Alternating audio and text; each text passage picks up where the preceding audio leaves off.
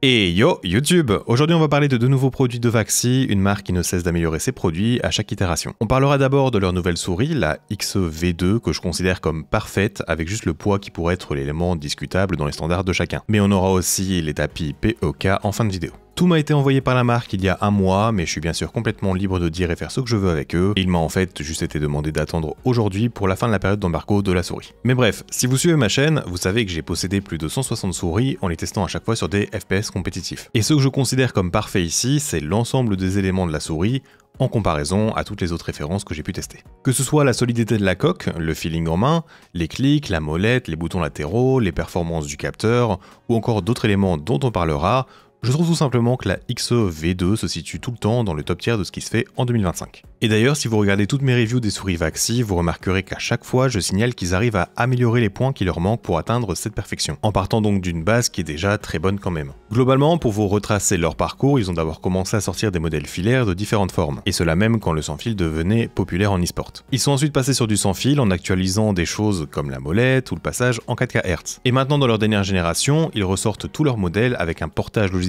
en page internet, mais surtout une refonte de leur structure interne pour optimiser et baisser le poids. Et effectivement, j'avais adoré la première XE sans fil sortie il y a 2 ans, mais à un poids de 78 grammes, c'est quelque chose qui m'a fait la sortir de ma rotation de souris assez rapidement, surtout pour mon grip naturel qui est donc du fingertip relax. Ici, avec cette nouvelle V2, ils ont réussi à descendre à 59 grammes sans faire disparaître l'aspect robuste et très solide de la souris, ce qui est un peu la signature de la marque qui priorise vraiment cet aspect pour une fiabilité e-sportive. Mes 3 souris préférées actuellement sont toutes à 40 grammes ou en dessous, donc je remarque d'office une différence avec celle-ci. Mais je dirais qu'après quelques heures de jeu, c'est quelque chose dont on peut facilement s'habituer de mon point de vue. Ça peut même donner une certaine stabilité supplémentaire, avec un poids qui est très proche d'une G Pro Superlight 2 par exemple. Et d'ailleurs, je vais pas vous redécrire complètement la forme de la souris, vu que en fait c'est la même que la filaire ou la première version wireless, mais je peux quand même vous en parler brièvement comparé à cette GPX. En gros, vous pouvez la voir comme une version plus plate et donc low profile de cette G Pro au niveau de sa bosse, avec donc une dégradation plus rapide de la rampe pour un ressenti moins bombé donc dans la paume.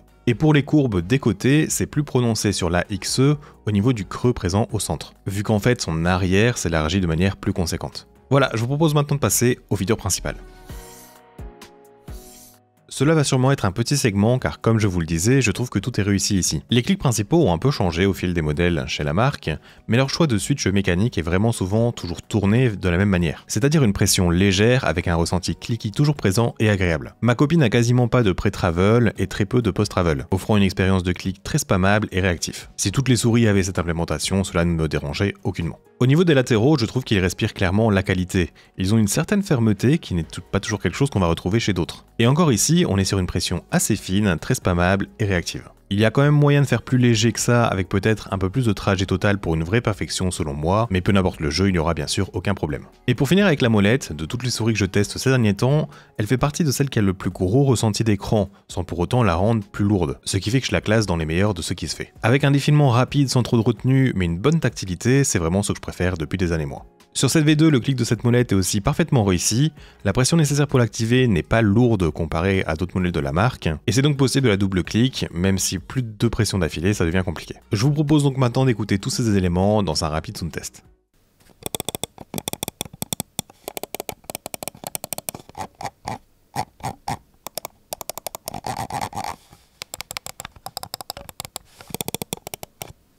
Rentrons donc ensuite dans les détails des autres éléments. Je vais commencer par indiquer que dans cette version, la XE a perdu le bouton supplémentaire qu'il y avait sur le dessus derrière la molette. Ce qui a aussi changé, et ce qui a sûrement sauvé pas mal de poids, c'est la réduction de la taille des patins. Avec les premières versions qui devaient avoir les plus larges patins du marché, avec peut-être la Logitech G303 choix d'édition. Ils sont restés ici sur du format large, mais bien réduit quand même, et en plus, depuis 2 modèles, on a le droit à du nouveau PTFE pour leur patin stock. Ils apportent une expérience très smooth et agréable en s'orientant clairement vers le comté contrôle de la glisse. Par exemple, en combinaison ici avec le tapis PEK, qui est aussi bien contrôle, je trouve que c'est un peu too much.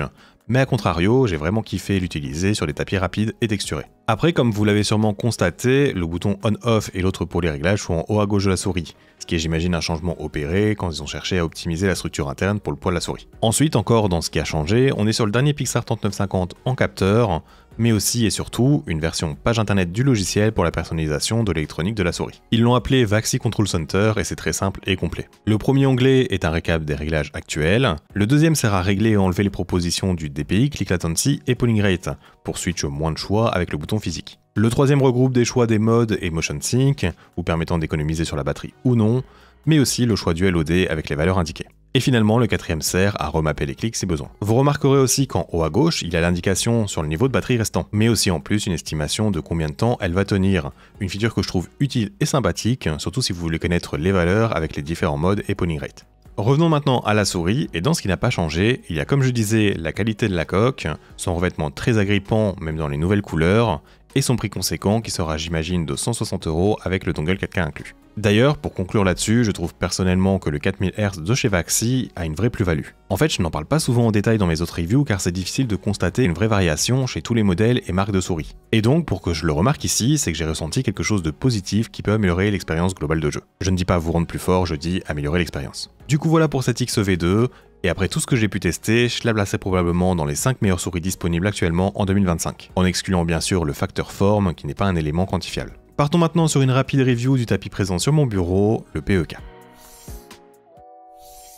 Alors, vous ne voyez pas double, j'ai bien deux tapis à présent sur le bureau, car en fait ce PEK existe en deux variations de base adhérente. Je précise bien le côté adhérent, car on dirait que c'est la même mousse qui est utilisée, mais sur qui on a appliqué un vernis en silicone, donnant une accroche extrême au tapis. Je pourrais sans doute faire bouger mon bureau en essayant de le déplacer en appuyant dessus. La base adhérente initiale, qui est similaire au PE précédemment sorti, est suffisant pour moi et mon bureau, mais si vraiment vous avez un mauvais matériau de votre côté, eh bien vous avez une proposition pertinente supplémentaire. Je vais vous demander de suivre un peu, mais je préfère préciser. Donc le PE, c'est la même surface que le PA, mais avec une base différente, plus ferme et plus résistante à l'humidité. Et le PEK, c'est cette même dernière base, mais avec des coutures et un changement de surface plus contrôle. Car oui, c'est le tapis le plus contrôle de la marque derrière le PA noir, qui possède en plus une particularité d'avoir une différence minime de vitesse entre ces deux axes. L'axe horizontal a plus de friction, il est donc plus lent, là où l'axe vertical est un petit cran plus rapide, se rapprochant de la vitesse globale d'un PA noir ou d'un Saturn Pro.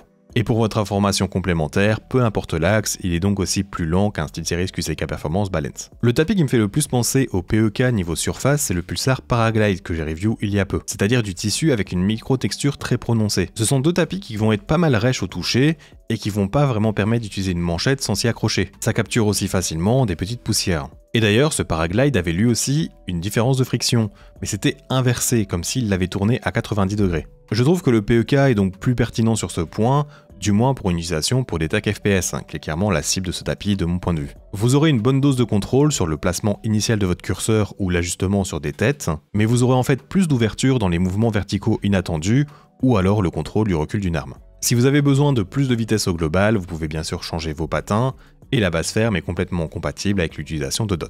On n'en a pas parlé, mais leur format est pour moi excellent, avec 50 cm de longueur sur une hauteur de 51 cm, et je n'ai pas non plus évoqué les coutures, qui franchement est un point qui m'a déçu. Elles sont fines, mais on dirait des vieilles coutures d'un tapis d'il y a plus de 2 ans, car c'est une surpiqûre au-dessus de la surface de glisse. Et ça peut donc se ressentir sous le bras, ou encore sous les patins, ce que je trouve très dommage. Et dernière info, mais le PEK GEH, donc avec la base qui est ici celle-là, eh bien lui il est vendu à plat, alors que le K seul est lui vendu enroulé, mais utilisable directement en sortie de boîte. Voilà pour la review des dernières sorties de Vaxi. Si tu as aimé cette vidéo, je t'invite bien sûr à me le faire savoir en t'abonnant à ma chaîne, ainsi qu'en laissant un petit like, ça fait toujours plaisir. Merci d'être arrivé jusqu'à la fin, et à bientôt.